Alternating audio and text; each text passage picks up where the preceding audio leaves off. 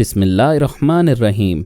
अस्सलामुअलैकुम मोहतरम नाजरीनो सामीन, आप सुन रहे हैं देवता। तो आइए बढ़ते हैं कहानी की जानिब। ये बातें उसके दिमाग में नक्श करने के बाद उसने उसे तनवीमी नींद सोने के लिए छोड़ दिया। वो सोती रही, बड़े आराम से गहरी नींद के मज़े लेती रही, हत्ता कि 13 तारीख की सुबह हो गई। फिर आंखें खुल गईं। उसने छत को तकते हुए सोचा, मैं कहाँ हूँ? उसने दाएं तरफ सर घुमा कर देखा। दीवार पर कैलेंडर था और कैलेंडर पर जली हिंद से में 13 लिखा हुआ था। तब उसे पारस याद आया। उसके साथ अपने भाई की भी याद आई। भाई ने उसे समझाया था कि आज वो पारस से दूर रहे। उसने सर घुमाकर बाएं तरफ देखा, फिर एकदम से हड़बड़ा कर उठ गई। उसके साथ बिस्तर पर एक खूबरू जवान लेटा हुआ था, जो कद और जिसामत में उसके भाई की तरह पहाड़ दिखाई दे रहा था। उसने बड़ी हैरानी से सोचा, ये मैं कहाँ आ गई हूँ? तब उसे याद आया कि वो पिछली रात खतरा महसूस करते ही पुलिस की कस्टडी से निकल भागी थी। फिर इस मकान में दाखिल होकर थकन से निढाल होकर यहाँ बिस्तर पर आ गिरी थी। ये याद नहीं आ रहा था कि उस वक्त वो नौजवान भी बिस्तर पर मौजूद था या नहीं। बहरहाल वो एक अजनबी जवान के साथ एक ही बिस्तर पर रात गुजार चुकी थी। उसने गौर से उस जवान को देखा। सूरत कुछ जानी पहचानी थी। याद नहीं आ रहा था कि उसे कहाँ देखा है। उसने एक आंख खोलकर उसे देखते हुए कहा, इतनी देर तक ना देखो, मुझे नज़र लग जाएगी। वो फौरन दूर हो गई। बिस्तर से उतरकर बोली, कौन हो तुम? वो उठकर बैठते हुए बोला, क्या ज़माना आ गया है? आजकल की लड़कियां पूरी रात गुजारने के बाद सुबह उठकर मुसाफिर शब का नाम पूछती हैं। बकवास मत करो, मैंने तुम्हारे साथ रात नहीं गुजारी है। इनकार कर सकती हो क्योंकि यहाँ कोई चश्मदीद गवाह नहीं। वैसे चीज़ अच्छी हो, कुछ याद आया, मुझसे आज दूसरी बार मिल रही हो। वो चौंक कर बोली, मैं भी यही सोच रही हूँ कि पहले कहीं मुलाकात हो चुकी है। मुझे बताओ, पहले हम कहाँ मिले थे? तुम्हारी यादाश्त कमज़ोर है। ताशकंद के एक रेस्टोरेंट में हमारी मुलाकात हुई थी। चंद गुंडों ने तुम्हें छेड़ा था। वैसे उन गुंडों का कसूर नहीं है। तुम इतनी हसीन और भरपूर हो कि मैं भी छेड़ने के लिए तुम्हारी मेज़ पर आ गया था। हाँ, याद आ गया, तुम पृथ्वीराज बनकर आए थे, लेकिन मैं तुम्हारी असलियत जान गई हूँ। तुम हरफाद के बेटे सारब हो। ये हरफाद और सारब क्या चीज़ें हैं? उसके दिमाग में फरहाद और पारस के नाम थे। वो यही नाम जुबान से अदा करना चाहती थी। उसने कहा, नाम के हरूफ उलट पुलट हो गए। क्या तुम्हारा नाम रासप नहीं है? ऐसा नाम तो किसी घोड़े का भी नहीं होता। मुझे कोई अच्छा सा नाम दो। वो झुंझुलाकर बोली, मैं तुम्हारा असली नाम जानती हूँ, मगर ये जुबान पर नहीं आ रहा है। लड़कियाँ पहली बार नाम लेने से इसी तरह शर्माती हैं। शट अप, मुझे तुमसे इश्क नहीं हुआ है। अगर मैं अटक रही हूँ तो कम से कम तुम अपना नाम बता सकते हो। जब तक तुम्हें नाम याद नहीं आए मुझे 13 नंबर कहा करो। उसने परेशान होकर कैलेंडर को देखा, फिर पारस को। उसे आज इस नौजवान से दूर रहना था, लेकिन तकदीर उसके बेडरूम में ले आई थी। पारस ने पूछा, क्या यह नंबर तुम्हें पसंद नहीं है? बाय द वे, तुम कौन हो? कभी ताशकंद नजर आती हो, कभी समरकंद में। मैं कोई भी हूँ, तुम कौन हो पूछने वाले? रात भर के मजबूत रिश्ते के बाद कोई तो तुम्हारा लगने लगा हूँ। बकवास मत करो, हमारे दरमियान कोई रिश्ता नहीं हुआ। क्या तुम्हें याद है कि रात क्या हुआ था? क्या हुआ था? तुम बहकी हुई थीं, होश व हवास में नहीं थीं। पता नहीं कहाँ से भागती हुई आई थीं, आते ही मेरे कंबल में घुस गई थी। मैं पुलिस से पीछा छुड़ाकर यहाँ छुपने आई थी। क्या छुपने के लिए मेरा ही कंबल मिला था? मैं कभी सोच भी नहीं सकता था कि अचानक मेरी इज्जत खतरे में पड़ जाएगी। मैं किसी को मुंह दिखाने के काबिल नहीं रहूँगा। ये क्या बकवास कर रहे हो? फिर वो अपने अंदर महसूस करने और समझने की कोशिश करने लगी, क्या वाकई कुछ ऐसा हो गया है?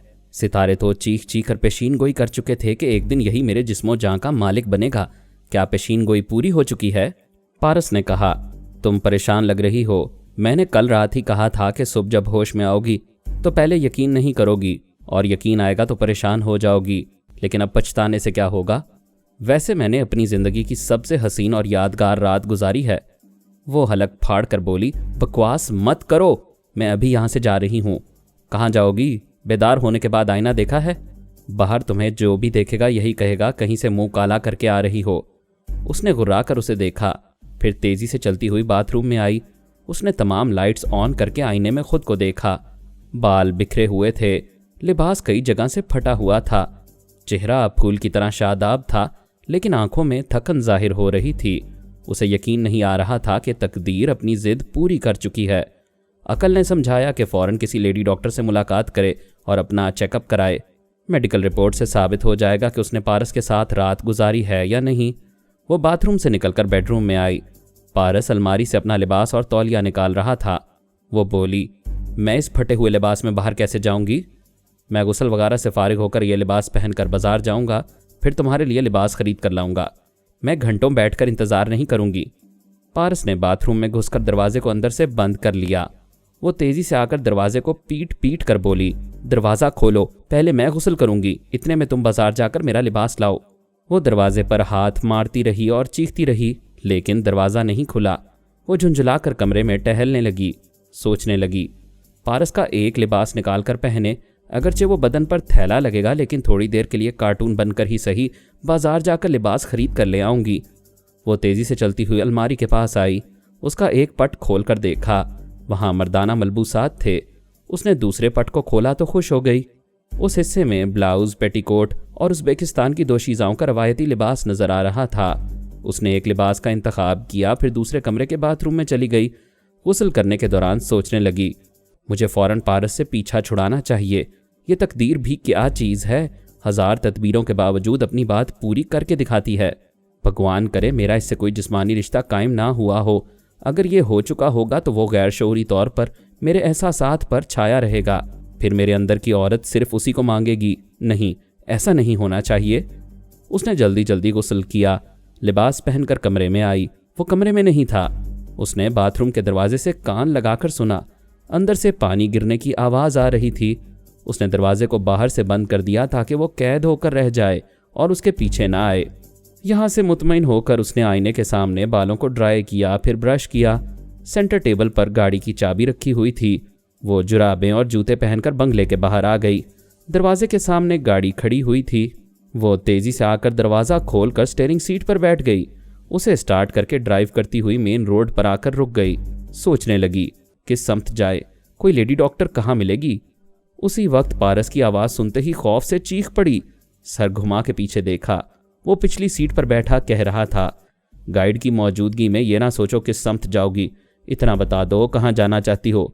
जहन्नम में, तुम बाथरूम से कैसे निकल आए? मैंने तो दरवाज़ा बाहर से बंद कर दिया था। बंद करने से पहले देख लेना चाहिए था कि मैं अंदर हूँ या नहीं। मैं तो 10 मिनट के बाद ही लिबास वगैरह पहनकर इस गाड़ी में आकर बैठ गया था। तुम मक्कार हो, फरेबी हो। और तुम क्या हो, मेरी गाड़ी लेकर भाग रही थी? मैं लानत भेजती हूँ तुम्हारी गाड़ी पर। वो गाड़ी से उतरकर पैदल चलते हुए बोली, मेरे पीछे हरगिज़ ना आना। वो स्टीयरिंग सीट पर आकर बैठ गया।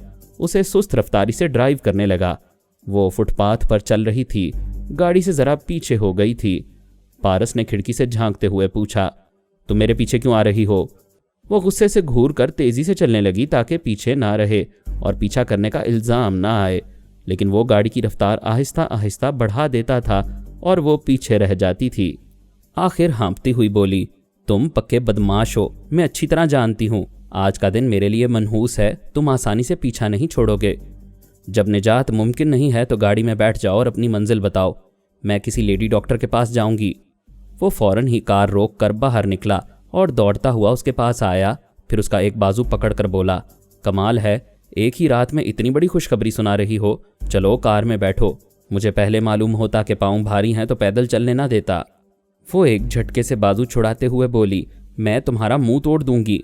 मैंने आज तक नहीं सुना कि एक ही रात में पाँव भारी हो जाते हैं। ये बातें सुनने से नहीं, तजर्बे से समझ में आती हैं। उसी वक्त उसने मुंह पर हाथ रखा। उसे उबकाई सी आ रही थी। पारस ने कहा, उल्टियाँ, उबकाइयाँ और कै मुबारक हो। वो गुस्सा दिखाना चाहती थी मगर सर चकरा रहा था, जी मतला रहा था। वो घबरा कर सोच रही थी कि क्या ऐसा हो जाता है, क्या ऐसा हो चुका है। वो उसे सहारा देकर कार के पास ले आया। वो दरवाज़ा खोलकर बैठ गई। उसका दिमाग काम नहीं कर रहा था। वो सोच भी नहीं सकती थी कि वो 13 तारीख को उसकी ज़िंदगी में आएगा और 13 ही तारीख को माँ बनने के आसार नुमायाँ हो जाएंगे। ऐसा होता तो नहीं है मगर हो रहा था। वैसे पारस भी सोच में पड़ गया था कि यह क्या हो रहा है। उसने पिछली रात शितारा को हाथ भी नहीं लगाया था, दूसरे बेडरूम में सोता रहा था। सुबह से परेशान करने के लिए उसके बेदार होने से पहले उसके बिस्तर में आकर लेट गया था। पारस कभी किसी लड़की की तन्हाई में जबरन नहीं गया। ये मालूम होने के बावजूद कि शितारा उसे कत्ल करना चाहती है, उसने उसकी इज्जत का कातिल बनना गवारा नहीं किया, क्योंकि ऐसी हरकतें कोई मुहज़्ज़ब और ज़ी फहम शख्स नहीं करता। लेकिन अब वो चकरा रहा था कि उसे मतली क्यों हो रही है। उसकी अम्मी लैला ने बताया था कि सितारा दुश्मन है मगर इज्जतदार और हया वाली है। आज तक जिसने भी उसे हाथ लगाने की जुर्रत की वो उसके हाथों जहन्नम में पहुंच गया। फिक्र का मकाम ये था कि इसके बावजूद उसकी ये हालत क्यों थी। वो एक अस्पताल में आए। पारस ने उससे पूछा, मेरा नाम याद है ना? मुझे तुम्हारे नाम से क्या लेना है? लेडी डॉक्टर बच्चे के बाप का नाम पूछेगी। कोई बच्चा बच्चा नहीं है, मुझे गुस्सा ना दिलाओ। वो लेडी डॉक्टर के चेंबर में चली गई। पारस वेटिंग रूम में बैठ गया। लैला ने आकर पूछा, मेरे आशिक बेटे क्या हाल है? ओ अम्मी, ये सितारा माँ कैसे बन रही है? जैसे हर लड़की बन जाती है। आपने तो कहा था ये अभी तक पाक दामन है। मैंने झूठ नहीं कहा था, ये कल रात से पहले पारसा थी। यानी आप मुझे इल्ज़ाम दे रही हैं?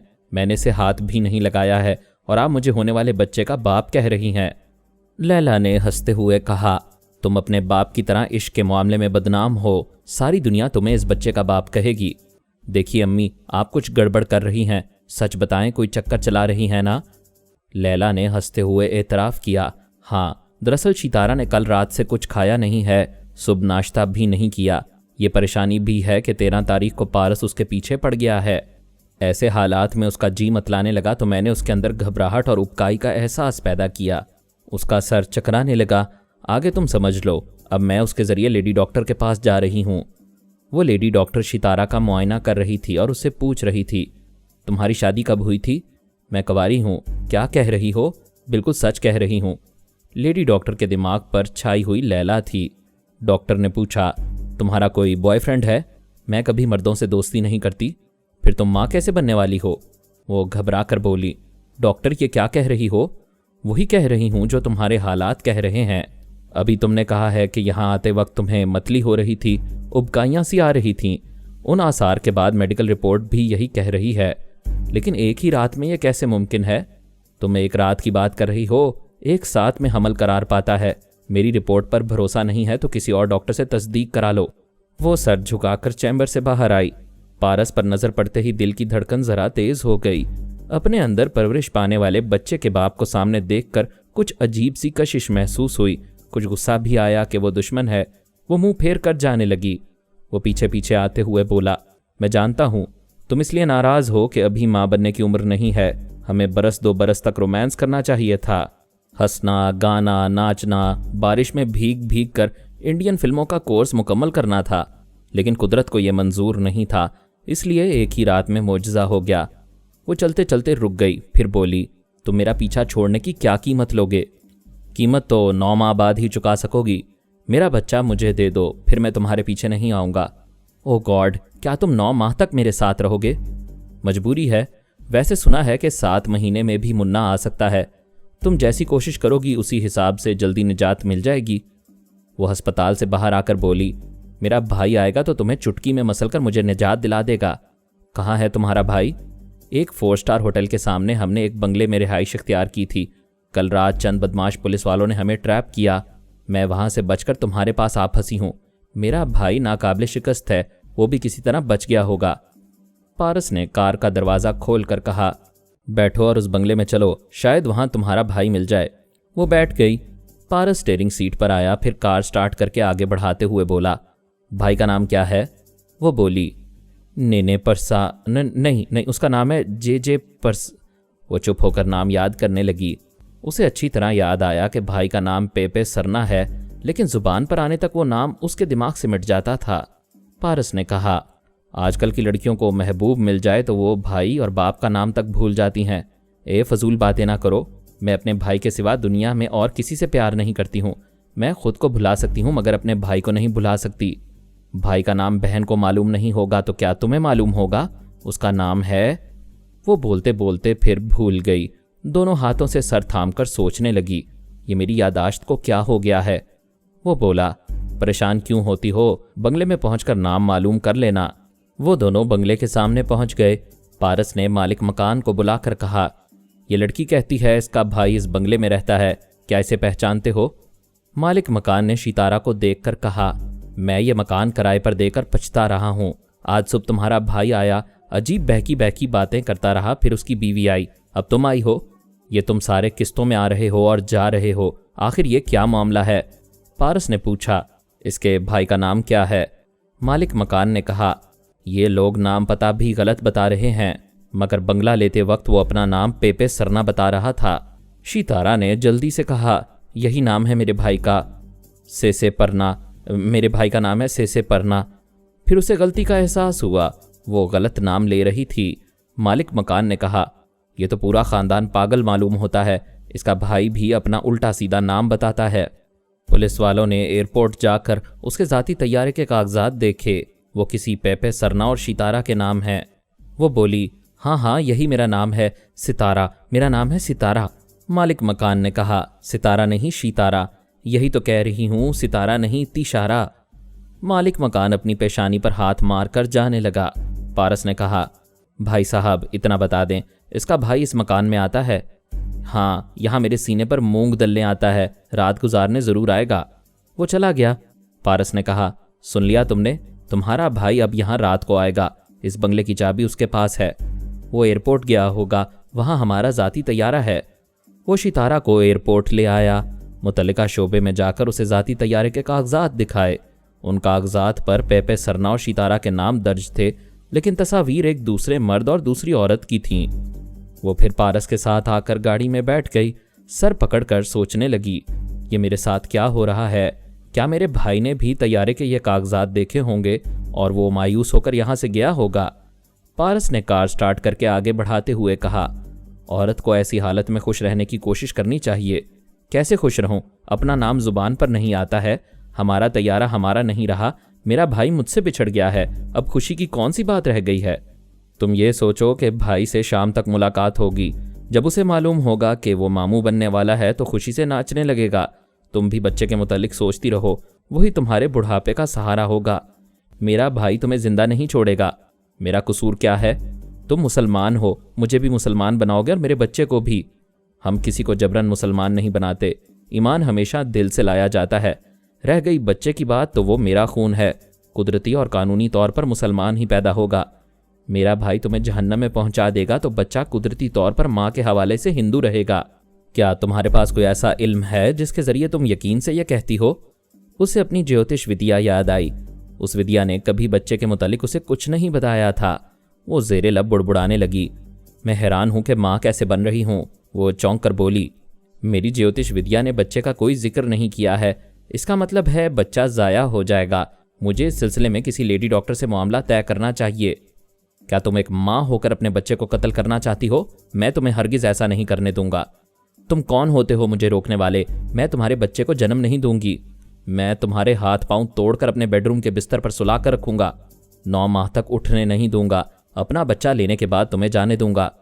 वो गुस्से से चीख कर बोली, क्या तुम मुझे मारोगे? मेरे हाथ पांव तोड़ दोगे? गाड़ी रोको, बाहर निकालो और मुझसे मुकाबला करो। मैं बताऊंगी कि मैं कितनी ज़बरदस्त फाइटर हूं। तुम्हारे हाथ पांव तोड़कर अपहज बना दूंगी। पारस ने कार रोक कर कहा, मैं सरेआम तुमसे फाइट करके अपना मजाक नहीं बनने दूंगा। शौहर वो होता है जो घर के अंदर बीवी की पिटाई करता है ताकि खुद पिट जाए तो कोई देखने वाला ना हो। मैंने तुम्हारी तरह का बुज़दिल नहीं देखा। एक लड़की का चैलेंज कबूल करने से डरते हो? तुमसे पिछली रात मुकाबला किया तो तुमने मुझे बाप बना दिया। ना बाबा, अब मैं कोई खतरा मोल नहीं लूंगा। वो गाड़ी से उतरते हुए बोली, कम ऑन, बाहर आओ। वो बोला, तुम्हें अपना और भाई का नाम याद नहीं है? इस मुल्क में आने और रहने का इजाज़तनामा नहीं है। मुझे तमाशा बनाकर फंस जाओगी। वो जल्दी से गाड़ी में आकर बैठ गई। उसने गाड़ी आगे बढ़ाते हुए कहा, जो औरत फ़ौरन समझौता कर ले वो कामयाब बीवी साबित होती है। मैं बीवी नहीं हूँ, हमारी शादी नहीं हुई। हाँ, मगर शादी के आसार पैदा हो गए हैं। मैं मर जाऊंगी मगर तुमसे शादी नहीं करूंगी। वो देखो, सामने अस्पताल है, गाड़ी रोको। उसने अस्पताल के सामने पहुंचकर गाड़ी रोक दी। वो गाड़ी से उतरकर अस्पताल के अंदर जाने लगी।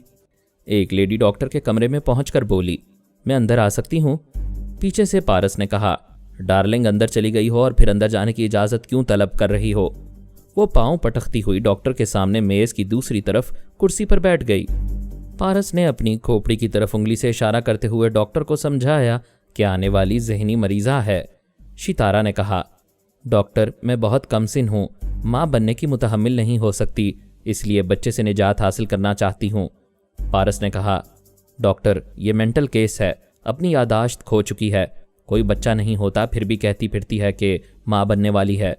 वो बोली, डॉक्टर, ये झूठा है, मेरा दुश्मन है, मैंने मेडिकल चेकअप कराया है, मैं माँ बनने वाली हूँ।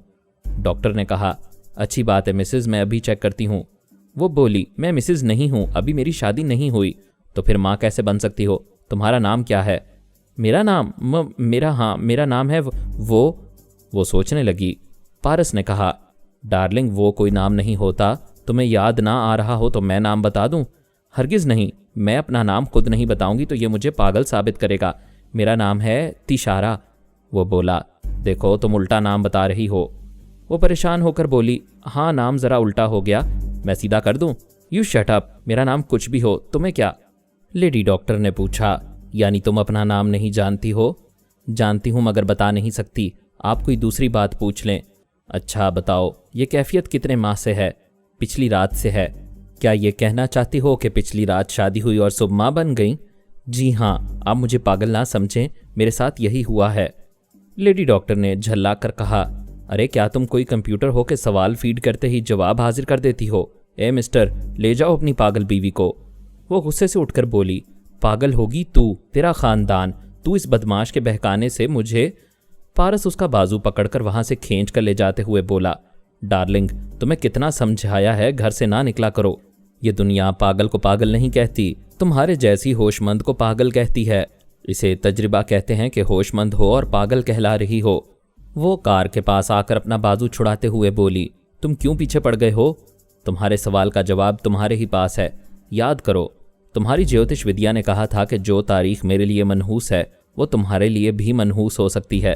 इसलिए ख़ास तौर पर 13 तारीख को मेरे करीब ना आना। और तुम आधी रात को 13 तारीख का आगाज़ होते ही मेरे पास भागकर चली आई। वो सर झुकाकर सोचने लगी, वाकई मैं खुद इसके करीब आई हूँ। ये तकदीर कैसी हेरा फेरी से मुझे इसके पास उलझा रही है। मुझे इस उलझन से मेरा भाई निकाल सकता है, उसे कहाँ ढूंढूं? वो बोली, ये मेरी गलती है कि मैं तुम्हारे पास पनाह लेने आ गई। मुझे माफ़ कर दो और मेरे पीछे ना आओ। तुम मेरी जान की दुश्मन थी, हो और रहोगी, लेकिन मैं तुमसे नेकी करूंगा। तुम्हारे भाई के पास तुम्हें पहुंचाऊंगा, फिर पहुंचाने के बाद पीछा छोड़ दूंगा, फिर 9 माह बाद बच्चा लेने आऊंगा। तुम ज़बरदस्त फ्रॉड हो। यहाँ अस्पताल में कह रहे थे कि मैं माँ बनने वाली नहीं हूँ। क्या पहली मेडिकल रिपोर्ट गलत है? दुरुस्त है। मैंने यहाँ इसलिए गलत कहा कि तुम बच्चे को ज़ाया ना करा सको। तुम जब भी ऐसी हमाकत करना चाहोगी, मैं तुम्हें मुख्तलिफ हथकंडों से रोकने की कोशिश करूंगा। वो ये सोचकर कार में बैठ गई कि पहले भाई को तलाश करेगी, फिर पारस से पीछा छुड़ाएगी। पारस स्टीयरिंग सीट पर गया। लैला ने आकर कहा, मरीना और सरना ये सामने वाली मार्केट में है, इन बहन भाई का सामना कराओ। वो करीबी मार्केट में आकर रुक गया। उसे बोला, मैं कुछ ज़रूरी चीज़ें खरीदना चाहता हूँ, आओ तुम भी कुछ शॉपिंग कर लो। वो इनकार ना कर सकी क्योंकि मेकअप का सामान खरीदना ज़रूरी था। वो बाजार में आए। एक दुकान में मरीना और सरना कोई चीज़ खरीद रहे थे। पारस शितारा को उधर ले गया। मरीना एक नेकलेस पसंद कर रही थी। लैला ने शितारा को मजबूर किया। वो मरीना से छीन कर बोली, ये मुझे पसंद है। सरना ने उसकी कलाई पकड़कर कहा, इसे मेरी साथी पसंद कर चुकी है। तुमने मेरा हाथ पकड़ने की जुर्रत कैसे की? अगर मेरा भाई होता तो तुम्हारे हाथ तोड़ देता। फिर वो पारस से बोली, तुम्हें गैरत नहीं है? तुम्हारे सामने उसने मेरी कलाई पकड़ी है। पारस ने कहा, गलती तुम्हारी है, तुमने ये नेकलेस छीन कर लिया है। सरना ने कहा, वाह दोस्त, तुमने इंसाफ की बात कहकर दिल जीत लिया है। मैं इस बात पर यह नेकलेस तुम्हारी वाइफ को देता हूँ। सरना ने हाथ छोड़ दिया। पारस ने कहा, अगर तुम इसे भाई समझ लेती तो इसके हाथ पकड़ने से गुस्सा ना आता। सरना ने कहा, सच पूछो तो इसे देखकर अपनी बहन याद आ गई। वो इसी शहर में कहीं गुम हो गई है, हम उसे तलाश कर रहे हैं। अजीब इत्तेफाक है, मेरी वाइफ का भाई गुम हो गया है, ये उसे तलाश कर रही है। उसके भाई का हुलिया क्या है? नाम बताओ, हम तलाश करने में मदद करेंगे। मैं हुलिया नहीं बता सकती मगर उसे देखकर पहचान लूंगी। नाम भी मुझे याद है मगर किसी को बताने से पहले भूल जाती हूँ।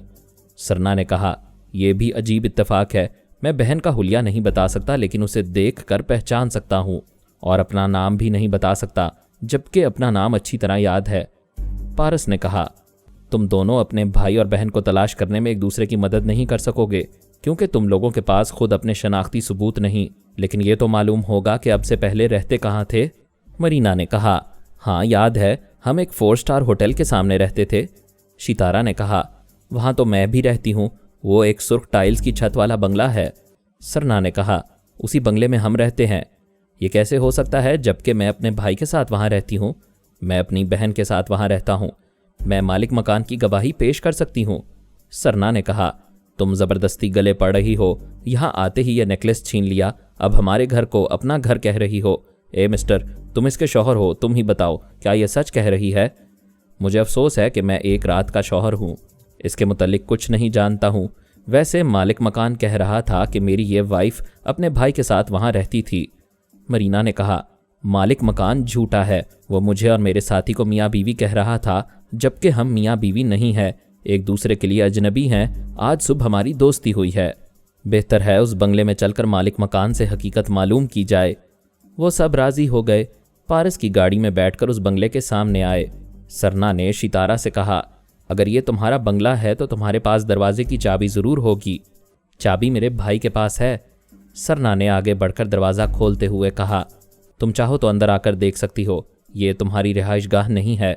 मैं साबित कर दूंगी, अंदर मेरा सामान रखा हुआ है। वो सरना और मरीना के पीछे बंगले में दाखिल हुई। पारस बाहर अपनी कार से टेक लगाए खड़ा रहा। सरना ने अंदर आकर जैसे ही दरवाज़ा बंद किया, वैसे ही बहन भाई ने एक दूसरे को चौंक कर देखा। खुशी से आगे बढ़कर एक दूसरे से लिपट गए। भाई की जान, तुम कहाँ गुम हो गई थी? मैं सुबह से तुम्हें तलाश कर रहा हूँ। मैं भी सुबह से तलाश कर रही हूँ। हमें अपना पासपोर्ट और ज़रूरी कागजात को अपने पास रखना चाहिए, क्योंकि मैं दूसरों के सामने अपनी शनाख्त भूल जाती हूँ। मैं भी भूल जाता हूँ, मरीना भी भूल जाती है, लेकिन यहाँ हमारा तमाम सामान मौजूद है, सिर्फ हमारे तुम्हारे शनाख्ती कागजात नहीं। सितारा ने अपने बेडरूम में आकर अपने सामान में वो कागजात तलाश किए। वहाँ सब कुछ था, मगर वो ज़रूरी कागजात नहीं थे। मरीना ने कहा, बड़ी मुश्किल ये है कि हम तीनों बंद कमरे में एक दूसरे को पहचान रहे हैं, लेकिन बाहर जाते ही भूल जाते हैं। सितारा ने कहा, यह कैसी नाकाबिले यकीन बात है। जिस भाई को जान से ज़्यादा चाहती हूँ उसे बाहर ना पहचान सकी। मेरे लिए भी शर्म की बात है कि अपनी बहन को पहचान ना सका। पता नहीं यह दिमाग कैसे कमज़ोर हो गया है।